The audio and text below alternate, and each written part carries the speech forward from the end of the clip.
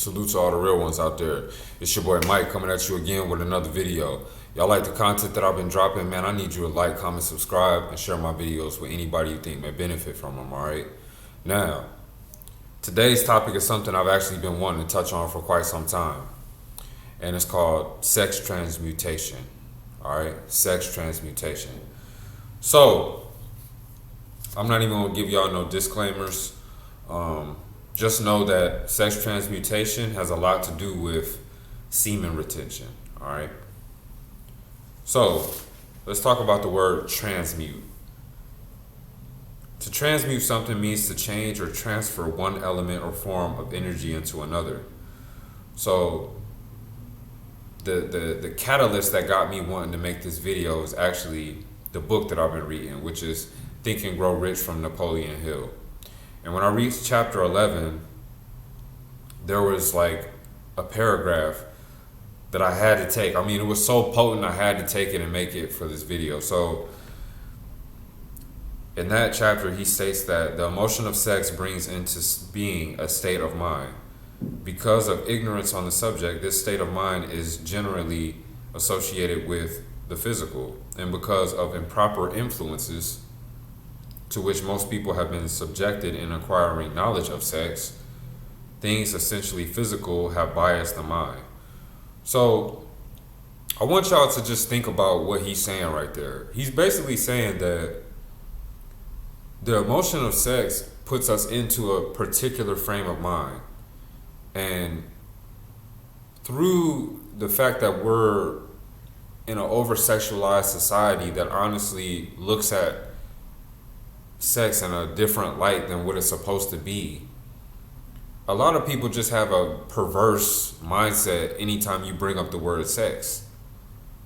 But what he's saying is that there's a lot of benefits you can take from the emotion of sex. And I'm going to get into that in a minute, but I just want y'all to think about how it is in the modern day world, how sex just is portrayed throughout society. So first of all, it used to be taboo in the past. You know, back in the day, like, sex was something that was rarely spoken about. It was like supposed to be just implied. Or at the very best, you could talk about it, but it was hush hush whenever certain people came around. It wasn't just a topic that you would cover at the dinner table, for example, even though all of us have this huge driving force to have sex, whether you're a male or female. And if you're a male, it's about 17 times higher than the average female's desire. So for something that's so powerful in our psyche, isn't it weird that it's somewhat taboo to even speak about it? It's almost like money. Money is another one of those things that everybody in the world wishes they had more of it. We all know its importance in how you can lead either a great life or a mediocre life without it in your possession. We're all working jobs for the most part that we don't want, and we're all subjected to having fear of going after our true passions in life, all because of money accumulation. But we can't talk about it. So it's just like the same thing as sex. It's one of those untouchable subjects that no one ever talks about unless they have to. It's like a bridge that you only cross if you have to. Sex is also everywhere. It's to the point where you almost have to run away from it. I mean, dog, I can't go anywhere in the world without seeing a female wearing yoga pants. I mean, now I'm in Kuwait. You know what I mean? I'm in Kuwait. So the Muslim culture is alive and well here, which in my opinion is a good thing, because it's bringing back some type of values for women to follow. They're not just running around trying to wield their sex as a weapon at every turn. The women here still have like a social dynamic that shames them if they use their female power, which is sexuality. Let's not get that twisted. But in the Western world, that's totally opposite. And I find it funny that I'm actually in this country and I'm appreciating the fact that the women are covered up versus coming from America, where literally if you go into Walmart, look at the fucking just look at the nonsense that you see walking around in Walmart. Women literally There's all type of videos over the internet. I don't have to explain it. Go to World Star Hip Hop and see some of our worst people in the black community acting out and dressing up like a goddamn fool. And like women in America or in Western culture, you can't even correct them. Let you be somebody who is walking with your son down the street and you see a female twerking or doing some dumb shit. You try to say something, you're gonna be the world's monster that everybody on social media is gonna be trying to slam because you're impeding on her, on her rights, or you shouldn't say anything. It's not up to you how she conducts herself and all this other bullshit. Like there's no type of standard that she's supposed to be going with.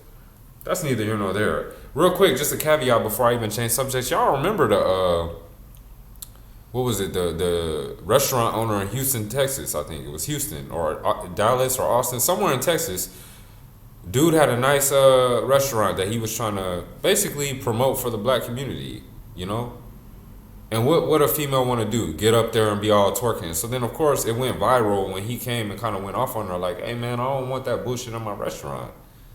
I'm over here trying to do this for our culture, and here you are setting us back with this behavior. Like, I don't want that happening in my restaurant. And it went viral, and now it's this whole debate on whether he was right or wrong. You guys see what I mean? Another thing about sex in today's society is it's animalistic and undisciplined. Think about how many people getting women pregnant, this, that, and the third. It's all about just getting a nut. Nobody's looking at the spiritual aspect of sex. And it seems to be the end all be all for many people. Like if you think about, sorry about that. If you think about like most men, that's their end all be all. They don't even have any dreams of like self-actualizing or fulfilling a major purpose. It's all about getting hoes and, oh, I got some chicks on deck, and oh, check out this latest one I'm about to smash. Like it's still this numbers game where everybody's trying to rack up the most bodies, and it's really a shame because sex is supposed to be sacred, energy exchange. It's the most intimate you can be with another human being.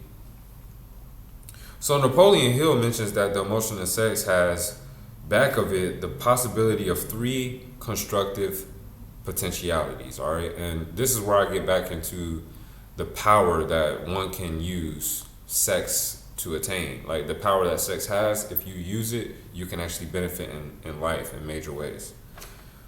So the first potentiality for sex is, of course, the perpetuation of mankind. Having sex to have children. The second is the maintenance of health. Believe it or not, sex as a therapeutic agency has no equal. And this is what I mean about sex is supposed to be much more than just busting a nut. It's supposed to actually be something that replenishes your energy levels, balances out your hormones, and gives you an outlet for all that sexual tension that normally is supposed to build up in your system. And it's supposed to be a healthy outlet when, let's say, a man has been on the grind, doing his thing, taking care of himself. He has a high quality of sperm because he's letting it recycle through his body. He's transmuting his energy into other beneficial things, and then the woman's doing the same thing, right? And then now they come into a healthy union and they actually have sex. That's supposed to be a beautiful natural thing that can take place on a regular basis, as long as it's like with some type of moderation. And then the last thing, and this is the part I'm trying to harp on right here, sex has the potentiality for the transformation of mediocrity into genius through transmutation. So all of the great people in this world, inventors, scientists, physicists, authors, politicians, athletes, the list goes on, composers, right? Men of the highest achievements. They all practice semen retention and or sexual transmutation. All right. Another thing that you got to know is that men who accumulate great fortunes and achieve outstanding recognition in literature, art, industry, architecture, and other professions were motivated by the influence of a woman. So I know we live in a MGTOW era, MGTOW being the acronym that stands for men going their own way. I know that like the dynamic between the sexes is very much tarnished, and I don't think it will come back to normal balance within the next 10 to 15 years, because it took 30-40 years for it to get this fucked up. It's going to take at least 30 to 40 years for it to return to homeostasis. But I will say that at least back in the day, or even in current times, just not to the same magnitude, damn near everything that men did and everything that men do, you can even say, is motivated by the thought of a woman, even if that woman serves as a muse. She might not even be a physical woman. It might just be the image that a man has drawn up in his head of a woman that he wishes he had, or that he wants to one day meet. And that is the motivator and driving force behind a lot of the things that he's doing pertaining to success, wealth accumulation, getting recognition, or mastery of some type of industry. All right, so I want to just stress on that point by telling y'all as men, like,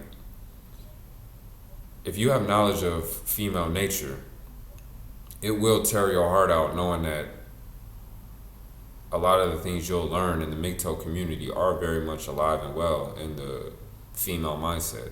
You are not really ever truly loved as a man. It's only under the condition that you're providing something. You can be divorced, raped. A woman has a lot more power in this day and age than she ever had in the previous generation. So you're seeing like this almost, how would I say it? It's like a corruption of the mindset of most women that live in feminist countries. It's like they're drunk with power. They don't even know how to wield their power correctly. I mean, it's just rampant sex, racking up bodies. No female wants to have kids. None of them are really bringing anything to the table except for their little hole. So it's like there's really no incentive for a dude to, let's say, want to marry or start a family in this day and age. I mean, I'm off the market. I met my wife 10 years back, but it's like I met her at the climax, or when it was starting to near the climax of the fuckery, and we kind of took each other off the market. And now I look around left and right, I'm like, damn, look at the dating pool. It's more like a cesspool. I could have swore I said that in one of my other videos. So the thing that I'm just trying to stress to y'all is that it is okay to use woman as an influence behind everything that you're trying to achieve, because honestly, all the great men have. So whether she's a real woman or a muse, it's really just not a bad idea. Now, real quick, I want to talk about the 10 stimuli of the human mind. Number 1, desire for sexual expression. Number 2 is love. 3 is a burning desire for fame, power, financial gain, or money. Number 4 is music, believe it or not. Number 5 is friendship, and that's among your same sex and or opposite sex. Number 6 is the mastermind alliance based on advancement of mutual goals. So if you think about that, that's basically like minds coming together with a grand vision of accomplishing something great. 7 is mutual suffering. So notice that, like, if you're in a country where y'all have divisive issues that are tearing y'all apart and keeping y'all from coming together as one, the one thing that will cause you to stand in arms and fight together will be an outside threat.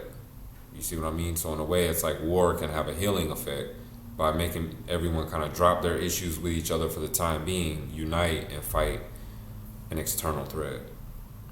Number 8 is autosuggestion.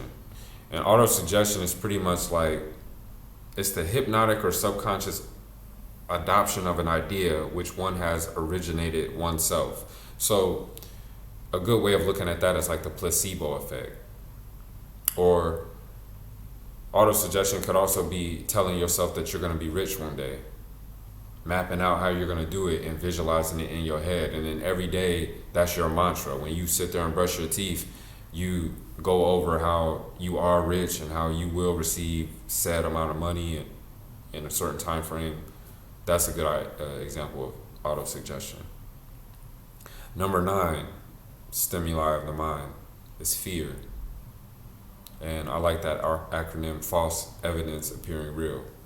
All right, because fear is just a state of mind. It's one of the base emotions, and honestly, it dominates damn near everything that we do, whether it's consciously or unconsciously.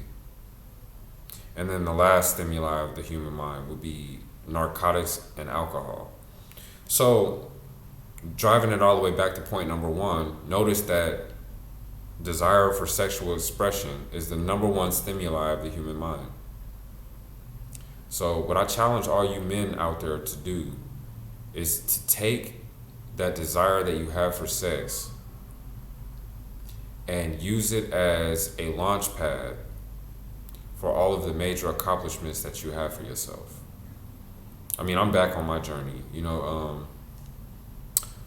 If you guys watched any of my other videos, I gave my thoughts on NoFap, and I also talked about semen retention. And I had like a good maybe 40-day streak, and then I broke the streak. And then it's kind of like I've been trying to get back on the horse and falling off.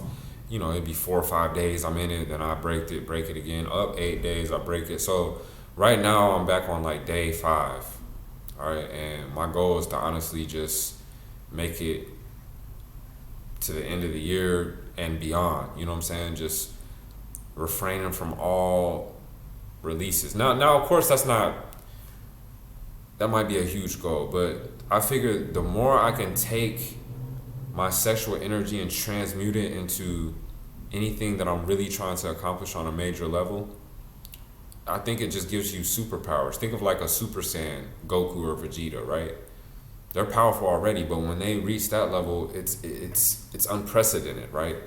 So that's what I'm trying to do. That's the sacrifice that I'm gonna make, and I challenge all of y'all to do the same thing. It will give you a lot of power, other health benefits, but for the most part, it will just show you to be different from the average. So, like, comment, subscribe, and holla back.